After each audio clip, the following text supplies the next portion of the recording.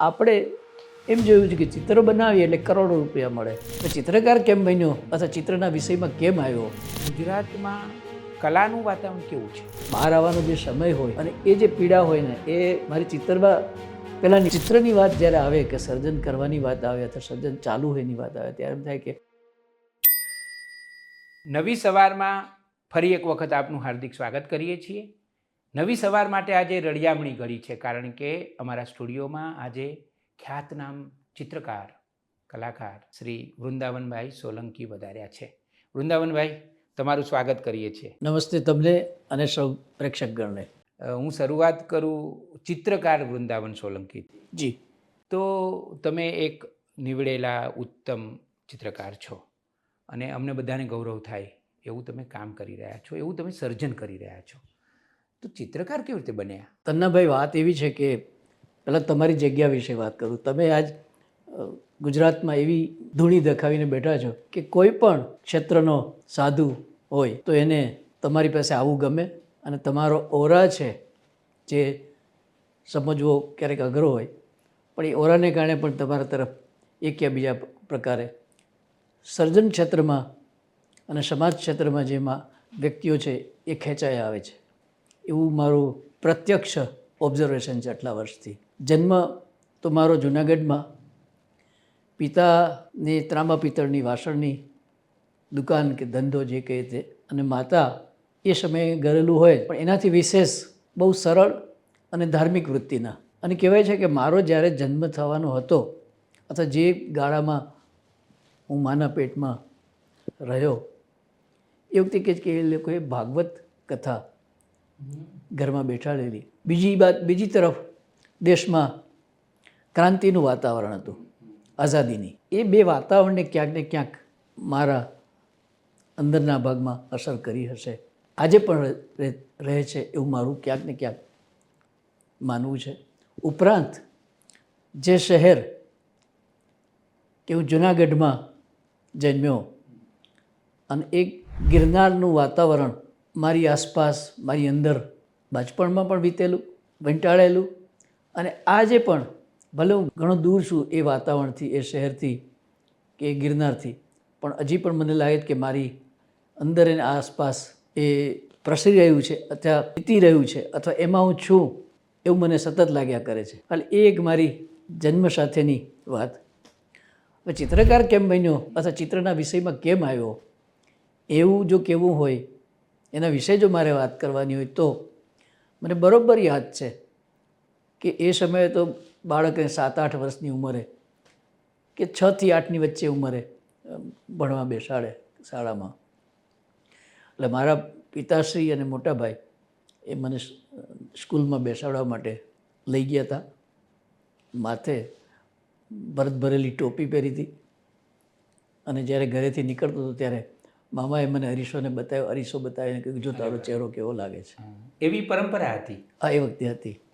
પહેલે દિવસે એટલે ઘરેથી નીકળ્યો અને પછી સ્કૂલમાં. એટલે કેટલું સરસ તસવીર હશે, તમે નાના હશો, તમારી માથે સરસ ટોપી પહેરેલી. હા, એટલે હજી બી મને એ યાદ છે કે ઈંડોળા પર બેસાડ્યો હતો ને મને ટોપી લાલ કલરની ભરત ભરેલી પહેરાવી હતી, અને મામાએ મને અરીસો બતાવ્યો હતો કે કેવું લાગે છે. સ્કૂલમાં મને લઈ ગયા અને ત્યારે જે શિક્ષક હોય એમણે કહ્યું કે આ પાટીની અંદર તું કળશનો ક લખ. એ વખતે મને ખબર નહીં શું થયું હશે, કેમ થયું છે, આજે મને યાદ નથી, પણ કળશનો લખવાને બદલે મેં કળશ ચિતર્યો. ઓહ વાહ!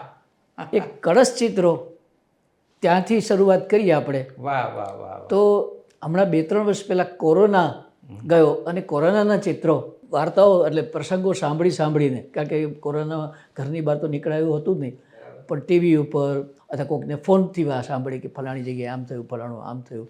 એટલે ક લખાયો હતો પાટીમાં, ત્યારથી આજે કની સાથે જોડાયેલું આપણે શું કહેવાય કોરોનાના પણ છેલ્લે ઇમેજ કરીને ચિત્રો બનાવ્યા હતા. એટલે એક કથી બીજા ક વચ્ચેનું જે અંતર છે એ લગભગ છે ને આજે 83 વર્ષની ઉંમરે, એટલે એમ કહે ને કે લગભગ 76 વર્ષ સુધી કથી કની વચ્ચે આ પ્રવાસ થયો છું.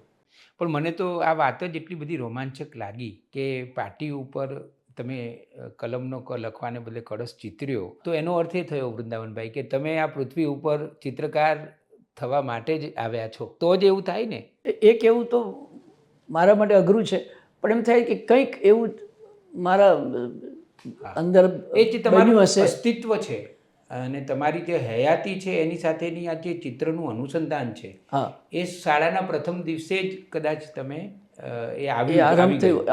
આવ્યું હશે. અને પછી તો સહજ રીતે બાળ સહજ છે, તમે ક્યાંય બી બેઠા હો, ઘરમાં બેઠા હો તો પેલા કોલ સોંપાડ્યો તો ચિત્ર કરો. પછી એ વખતે તમે માટીથી હાથ ધોવાનો વાત આવતી, તો એ માટીમાં પેલું દાંતણનું બ્રશ બનાવી, બ્રશ જેવું ટીચીને દિવાલ ઉપર કે ક્યાંય ડ્રોઈંગ થતા, અને ચિતરવાનું જેને કહો ને એક ધૂન કહો કે ઈચ્છા કહો કે કંઈક એવું થયા કરતું. એક સહજ બાળ સહજ એ વૃત્તિ અને પ્રવૃત્તિ ચાલ્યા કરતી. આજે એ જ ટોનમાં કે એ જ ગતિએ અથવા એ જ વિચારથી કે એ જ ક્રિયાથી સતત ચિતર્યા કરે છે. પહેલાં એક સહજ રીતે ચિતરાતું હતું, આજે એક ચિતરવું છે અને ચિત્ર કરવું છે. અને ક્યારેક તો એવું બી મને લાગતું છે કે હું તો ચિતરવા માટે જ આવ્યો છું. વાહ વાહ.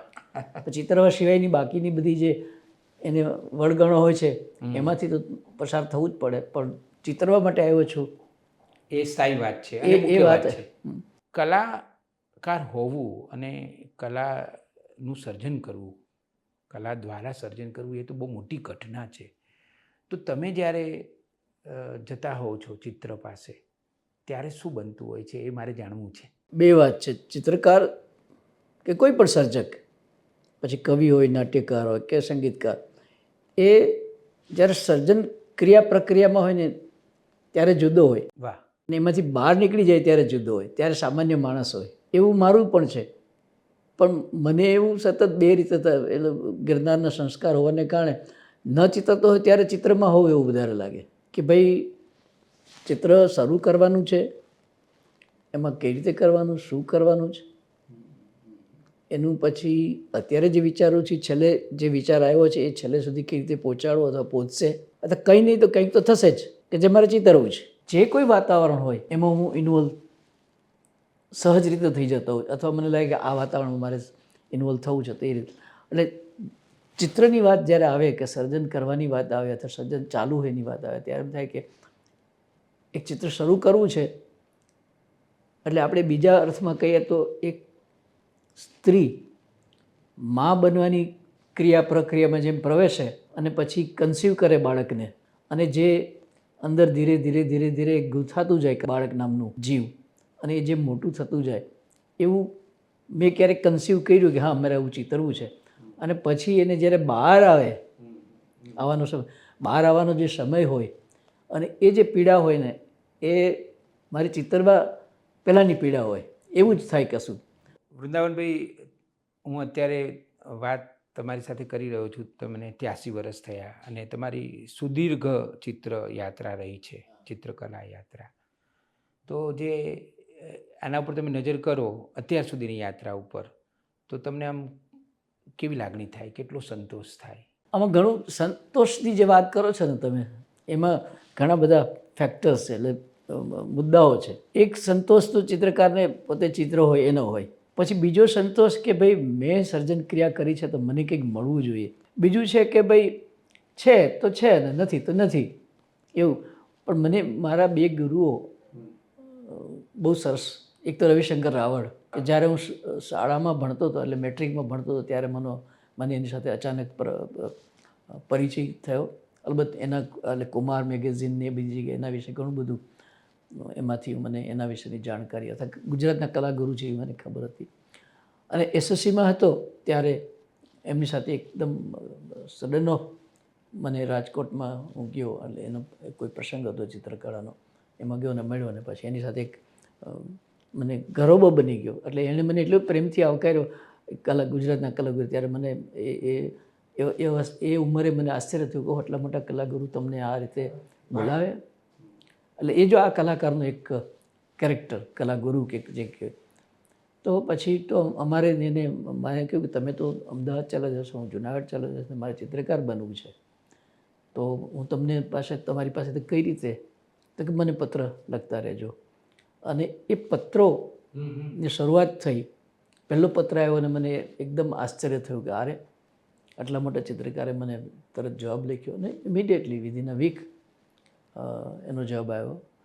એવા પત્રો લગભગ 50 પત્રો મને મળ્યા. ઊંચા દરજ્જાના ચિત્રકાર કે કલાગુરુ કે તમે આપણે જે કહીએ તે એ પત્રોમાં ક્યારેક ક્યારેક એવી વાતો કરે છે કે ભાઈ આપણે ચિતરવાનું છે, પછીની બધી વાત ભૂલી જવાની, અથવા એમાંથી જે કંઈ મળે તો મળે, ન મળે તો ન મળે, એવું સંતોષ. પણ સતત ચિતરતા રહેવું અને તમને ગમતું ચિતરતા રહેવું ને એમાં ને એમાં ઇન્વોલ્વ રહેવું એ બહુ જરૂરી છે. બાકી ચિત્ર થઈ ગયા પછીની જે બાકીની ચિંતાઓ છે એનાથી બને એટલું દૂર રહેવું. એવું જ મારા બીજા કલાગુરુ કે જે ફેકલ્ટી ઓફ ફાઇન આર્ટ્સમાં ટીચર હતા, એ NS બેન્દ્રે, એટલે એમણે એમ કહ્યું કે દેખો ભાઈ, आप पेंटिंग करो, सक्सेस मिलना है तो मिलेगा, नहीं मिले तो फिक्र मत करना, और मिल गया है तो बहुत कोई खुशी भी दिखाने की कोई जरूरत नहीं, वो अपना वो काम अलग है, आप अपना पेंटिंग કરો. આ વાતો હજી આજની તારીખમાં પણ મને સ્પર્શતી હોય છે. સંવેદનાના સ્તરે ગુજરાતને રવિશંકર મહારાજ મળ્યા અને કલાના સ્તરે રવિશંકર રાવલ મળ્યા, કલાગુરુ. પણ એક અભ્યાસી તરીકે મને ઘણીવાર એવું લાગે કે રવિશંકર રાવલ, કલાગુરુ રવિશંકર રાવલની જે પ્રતિષ્ઠા થવી જોઈતી હતી એ કદાચ ગુજરાતે નથી કરી, એવું મને લાગે છે. તમે બહુ સ્ફોટક અને ઘાતક પ્રશ્ન કર્યો છે. તમારું અવલોકન છે એનાથી વધારે મારું ચિત્રકાર તરીકે અને મારા ગુરુ તરીકે મને અવલોકન છે. મને એ નથી ખબર પડતી કે શું કામે એનું સ્થાન અને એને જે રીતે સ્થાન મળવું જોઈએ એ રીતે નથી મળતું. એવું હવે એમાં ઘણું બધું બનતું હોય છે રમેશભાઈ, કે ચિત્રકારો હોય છે ને એને ઘણી વાર એમ થાય કે ભાઈ ખૂબ ચિત્રો, ઘણી વાર એમ થાય કે મારા ચિત્રો અમુક જગ્યાએ ટીંગાય, ઘણું બધું મારા ખૂબ વેચાય, અને ઘણી વખત થાય કે મને બહુ લોકો ઓળખે. ચિત્રવા સિવાયની જે પછીની વાતોમાં જ્યારે ચિત્રકાર પડે છે ને ત્યારે પેલું ચિત્રવાનું મૂળ તત્વ દૂર ખસતું જાય છે. એટલે આ વચ્ચે બહુ અઘરું છે. પણ રવિભાઈએ જે પ્રયત્નો કરીને ગુજરાતને આજે અનેક ચિત્રકારો આપ્યા છે, ત્યાં સુધી કહીશ કે હું હમણાં એક ગુજરાત લલિત કલા એકેડેમીનું એક કામ હજી ચાલી રહ્યું છે એની સંગ્રહમાંથી, એમાં ચિત્રો રવિભાઈથી માંડી અને આજના યુવાન ચિત્રકારો સુધીના ચિત્રો. એટલે જ્યારે રવિભાઈ જે સ્કૂલ ઓફ આર્ટમાં ભણીને 1923માં કે એમાં આવ્યા કે 24માં, ત્યારે એણે મૂળ એ ભાવનગરના જન્મેલા, અને ભાવનગર જવાને બદલે એણે અમદાવાદ પસંદ કર્યું. 1924માં તમે કલ્પના કરો કે ત્યારે તો જે દેશ આઝાદ પણ નહોતો થયો, એ સમયે અમદાવાદમાં રહીને એણે ચિત્રકળાનું પ્રવૃત્તિ, પોતે ચિત્રો બનાવ્યા અને ચિત્રકારો બનાવવા માટેની પ્રવૃત્તિ ચાલુ કરી અને પોતાના ઘરમાં ચાલુ કરી. અને ત્યાં સુધી મેં સાંભળ્યું છે અને એ મને કહેતા કે મારે ત્યાં ઘણા બધા છોકરાઓ રહેતા, જે છોકરાઓ આજે મોટા ચિત્રકારો બની ગયા છે. સાચા અર્થમાં જેને આપણે કહેવું કે ગુરુ, આપણી જે ભારતની પરંપરા છે ગુરુ શિષ્યની, એ હતી એમણે ક્રિએટ કરેલી. અને ગુજરાતમાં જ્યારે કોઈ પણ પ્રકારનું ચિત્રકળાનું વાતાવરણ હતું ત્યારે એ કલાગુરુએ, એટલે કે રવિશંકર રાવળે પ્રેક્ટિકલી કર્યું. એણે ચિત્રો બનાવીને, અને સામે પ્લસ એમણે ઉપરાંત કુમાર નામનું એક મેગેઝિન આપ્યું. કલાગુરુ રવિશંકર રાવલને તો જેટલા વંદન કરીએ એટલા ઓછા. અને ગુજરાતનું જે ઘડતર થયું છે, માત્ર કલા ઘડતર નહીં પણ કુમાર દ્વારા તો જે સંસ્કાર ઘડતર, એ પણ એના માટે પણ આપણે એમને યાદ કરવા જ જોઈએ. ગુજરાતમાં કલાનું વાતાવરણ કેવું છે તમારી દૃષ્ટિએ? ગુજરાતમાં કળાના વાતાવરણની વાત કરીએ તો તબક્કાવાર બદલાતું રહ્યું છે. પરંતુ એક વાત છે કે સૌ કોઈ જાગૃત થયા છે કે કળા જેવી કોઈ વાત છે ખરી, કળા જેવું કોઈ તત્વ છે જ ખરું, કળા જેવી કોઈ પ્રવૃત્તિ જરૂર છે. પણ કળા કર્મ વિશેની જે સાચી સમજ છે ને એની ક્યાંક ને ક્યાંક મને ઉણપ દેખાયા કરે છે. આપણે એમ જોયું છે કે ચિત્ર બનાવીએ એટલે કરોડો રૂપિયા મળે, ચિત્ર બનાવીએ એટલે શ્રેષ્ઠ ચિત્રકાર બનીએ. એ નથી સાચી વાત. સાચી વાત છે કે તમે શું કરો છો ને કેવી રીતે કરો છો એ છે. પછી એના મૂલ્ય વિશે કોઈ સર્જકે બહુ સજાગ થવાની જરૂર નથી. ચિત્ર બનાવીએ એટલે સજાગ થવું જરૂરી છે. એનું મૂલ્ય કે એનું સ્થાન ક્યાં ને કેટલું થશે એ પિષ્ઠપિંજરમાં ન પડીને સતત ચિતરતા રહે તો ચિત્રકળાનો માહોલ આપણી આસપાસ અને આખા દેશમાં બદલતો રહે એવું મારું માનવું છે. સરસ વાત કરી કે કળા એ જ કળા, બસ જે કળા છે એને પકડી રાખો, બીજું બધું પછી આપોઆપ સર્જાઈ જશે અને તૈયાર થઈ જશે. થોડી પરિવારની વાત કરો ને. તો મારા પત્ની પછી કહીશ પણ મિત્ર નામ શું છે? ચિત્રા, ઓહ, નામ પણ ચિત્રા છે. એનું નામ ચિત્રા છે. એટલે તમે પછી પાડેલું છે કે હતું જ? ના, હતું જ ચિત્રા. અરે વાહ, એટલે ચિત્ર પણ મળ્યું અને ચિત્રા પણ મળ્યા. પણ ચિત્રાને કારણે મારા ચિત્રની ને વેગ અનેક રીતે મળતો હોય છે. એ મને કે ચિત્ર તો ચિત્રાતું જ હોય છે, પછીની જે વાત છે ચિત્રની આસપાસ એમાં પણ એ ઇન્વોલ્વ હોય છે. અને કે આપણે ચિત્રા કરીએ અને મજા કરીએ, ચિત્રું એટલે એને પણ મજા આવે અને મને પણ મજા આવે અને સતત ચિત્રતા રહો. અને બીજી એક વાત એવી છે કે બહુ અંગત કહેવાય તો અંગત ને જાહેર કહેવાય તો જાહેર. તો એ મારી વાતમાં મારા જીવનમાં એવું બન્યું છે કે હું હંમેશા ઓબ્ઝર્વ કર્યું છે જ્યારથી મને મળી છે ત્યારથી કે C wish and I work and result is there. એટલે એની ઈચ્છાઓ હોય કે આ આવું કરે એટલે હું જાણે અજાણે એ કરું અને પરિણામ આવી જતું હોય છે. જે પરિણામ એ આજે તમારી સામે બેઠો છે એ. બહુ સરસ, બહુ સરસ. પછી ત્યારે અમે નથી જોતા કે ભાઈ આ ચિત્ર આમ થાય આમ ન થયું, એ બધી વાત ગૌણ બનતી જતી હોય છે. પણ મારા જીવનમાં જે અગત્યનું પાસું જે બન્યું, મને વીંટળાઈ ગયું છે એ ચિત્રા છે. અને ચિત્રાએ પોતે તો આયુર્વેદિક ડૉક્ટર છે અને જ્યારથી અમે અમદાવાદમાં આવ્યા ત્યારથી પોતાની ડૉક્ટરી બંધ કરી, માત્ર મારા વિશે અને મારા કામ વિશે સતત વિચાર્યા કરે. એને કારણે હું બહુ બહાર પણ નીકળતો હોઉં છું, પણ બહાર નીકળતું ત્યારે એવું લાગે હું અહીંયા જ છું, અને ત્યાં હોઉં છું ત્યારે હું બહાર નીકળતો એવું લાગે. એટલે બહાર મીન્સ કે ફિઝિકલી કંઈક મારે બહાર જવું હોય તો ત્યાં બેઠા અમે સામે બેઠા હોય ત્યારે હું બહાર પણ જવું. એટલે ઘણી વખત મને કે તું અહીંયા નથી, ક્યાંક બહાર છો.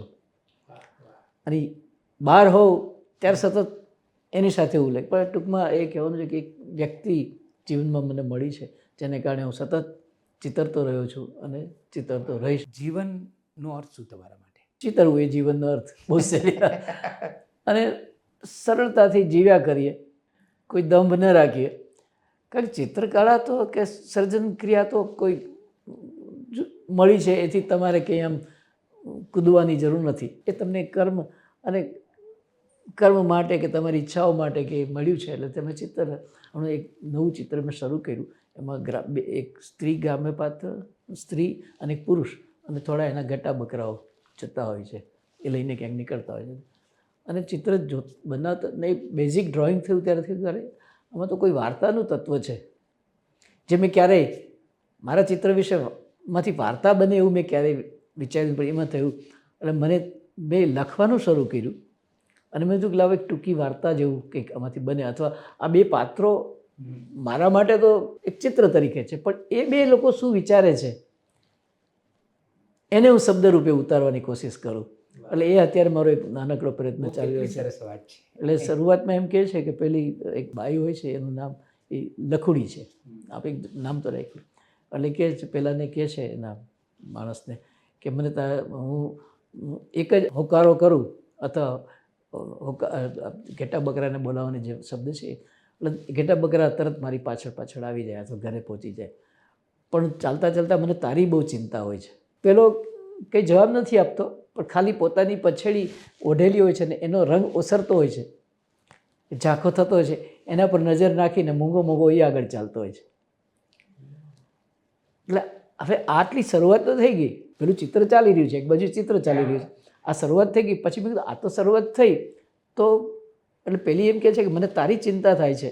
ઘેટા બકરા તો મને એમ કે હું એને એક અવાજ મારું એટલે ઘરે આવવા માંડે અને દોડવા માંડે, પણ તારી ચિંતા થાય છે તો શું? એટલે પેલો આખું જીવન એની સાથે વિચાર્યું, એટલે પછડી જે ઓઢી હોય છે એને એ ઝાંખી થતી હોય છે એવું એની નજરમાં પોતે સમજે છે અને મૂંગો આગળ.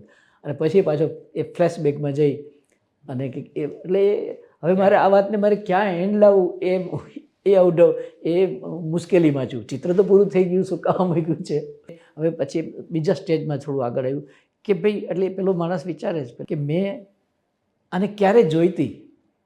એના પહેલાં એવું કે વિચારે છે કે મને મારા હતા અને મારી માએ હું એકનો એક દીકરો ને એણે ઘણી બધી માનતાઓ કરીને આ કર્યું. અને આતાએ કીધું કે ભાઈ જો આ છોકરો અમુક ઉંમરનું થશે, એટલે 5-6 વર્ષનું થશે, એટલે મને આંગળી ઝાલીને ભવનાથના દર્શન કરવા લઈ જઈશ. એટલે પોતે જ વિચારે છે, વિચારતા વિચારતા બોલતો હોય છે. અને પછી એક દિવસ એવડો મોટો થઈ ગયા પછી હું જન્મું છું, પછી મોટો થાય છે, મારા પિતા મને આંગળી ઝાલીને લઈ જતા હોય છે. એક હાથે મારા પિતાની મારે હાથ ઝાલ્યો હોય છે કે આંગળી ઝાલી હોય છે, અને બીજા હાથમાં મારી ફરકલી મારા હાથમાં હોય છે. એ ફરકલી જોઈને તું દૂરથી રાડું, તું બી એટલી જ નાની હોય છે, તું બી દૂરથી અવાજ મારે છે કે તારા આતાને કહે કે આતા મારે ઓલું જોઈ છે, ફરકલી જોઈને. પણ ત્યારે તારા આતાએ શું જવાબ આપ્યો એની મને ખબર નથી, પણ આજે હું તને કહું છું કે એ વખતે જ્યારે મેં તને જોઈતી ત્યારે મને થયું કે આ મારી સાથે એમ કરીને ડોટ. અને પછી હવે એટલે આખી કથા છે, આખી કથા પણ બહુ ટૂંકામાં કરવી છે મારે. બહુ સરસ. કહેવાનો મતલબ મારો એ કે ભાઈ ચિત્રની સાથે આસપાસ તમારું ઘણું બધું બનતું હોય છે. એમાં જો એક સર્જક રચોપચો રહે અથવા એમાં ઇન્વોલ્વ થાય તો પછી એ ઇન્વોલ્વ થતાં જે આનંદ મળતો હોય છે એ કદાચ કરોડ રૂપિયાનું ચિત્ર તો એ આનંદ તમને નહીં મળે. વૃંદાવનભાઈ, વિનોબા ભાવે એક જગ્યાએ લખ્યું છે કે પરમેશ્વર પોતે સર્જક છે, પણ એણે જે સર્જકો સર્જ્યા છે એ તો કદાચ એના કરતાં પણ મહાન છે. કારણ કે પરમેશ્વરે જે સૃષ્ટિ સર્જી છે ને એના કરતાં એમની સૃષ્ટિ નિરાળી હોય છે, અને પરમેશ્વરની સૃષ્ટિની આગળ વધીને પણ એ પોતાની સૃષ્ટિનું સર્જન કરી શકે છે, એવું વિનોબા ભાવે કહ્યું છે. છેલ્લો સવાલ પૂછું, તમે તન અને મનથી ફિટ છો, સંવેદનશીલ છો, એટલે સતાયું તો થવાના છો. આમ છતાં એક સવાલ પૂછું, મૃત્યુ વિશે તમારા શું વિચારો છે? મૃત્યુ વિશે વિચાર્યું કંઈ નથી, પણ કે આવે અને જાય, એના વિશે કંઈ બહુ ચિંતા કરવાની જરૂર નથી. એક ક્રમ છે માણસનો, મનુષ્યનો, એને આવવાનું છે. જેમ જન્મવાનો ક્રમ છે એમ જવાનો પણ ક્રમ છે. એથી મૃત્યુ વિશે બહુ ભયભીત થવાની કંઈ જરૂર નથી. પણ ઘણી વખત એવું થાય છે કે આપણે એક નાની વાત કહું તમને. આપણા બક્ષી સાહેબનો જે આરંભકાળ હતો ત્યારે મારો આરંભકાળ હતો 70s. પછી અમે મિત્રો તરીકે રહ્યા, પછી અહીંયા આવ્યા અને ઘણો અહીંયા અમદાવાદ આવ્યા. અમદાવાદમાં મારા ઘરની સામે જ હતા, એટલે અવારનવાર મળતા. અને અચાનક એક દિવસ સ્મશાનમાં એક નાનકડા કુંભમાં એ સમાઈ જાય છે. એ સમાઈ જવું એ જ મનુષ્ય. એટલે આખી વાત એવી છે કે એ ચિંતા કરવાની જરૂર નથી. માત્ર તમે જે જીવી રહ્યા છો અથવા બોલી રહ્યા છો, જીવવું અને બોલવું બે પેરેલલ ચાલવું જોઈએ. બોલવામાં બી બહુ સંભાળી જોઈએ. હું એક સમય એવો હતો કે ભયંકર આખું બોલતો, એટલે કોઈ પણ માણસને ગમે જ નહીં. પછી ચિત્રાએ કીધું કે ના, દરેક વખતે આખું બોલવાની જરૂર નથી, બી કંટ્રોલ. એટલે સમજ ધીરે ધીરે કરતાં એવી એક સમજ આવી જાય કે તમે તમારું જે આંખ, હોઠ કે નાક કે આખું શરીર જે પંચતત્વનું એ વ્યવસ્થિત રાખી અને તમે આસપાસ તમે જ્યાં તમારે જે રીતે પ્રવૃત્તિ કરવી હોય, જે રીતે ફરવું ફેરા કરો, તો બીજા કોઈને તકલીફ ન થાય. અને તકલીફ વગર તમે નિરાકાર બની જાઓ તો લોકોને થશે કે ના, કંઈક મજા આવડી. કેવી સરસ વાત. કાગળ ઉપર અને કેનવાસ ઉપર જુદા જુદા આકાર સર્જતા વૃંદાવન સોલંકી કહે છે કે કોઈને તકલીફ ન થાય અને તમે નિરાકાર થઈ જાઓ, એ છે જીવન. આવી કેટલી બધી રોમાંચક અને વિચારોથી ભરેલી અને છતાં હૃદયને સ્પર્શી જતી આટલી બધી અમારી સાથે વાતો કરવા બદલ નવી સવાર તરફથી તમારો ખૂબ ખૂબ આભાર માનું છું. નમસ્તે.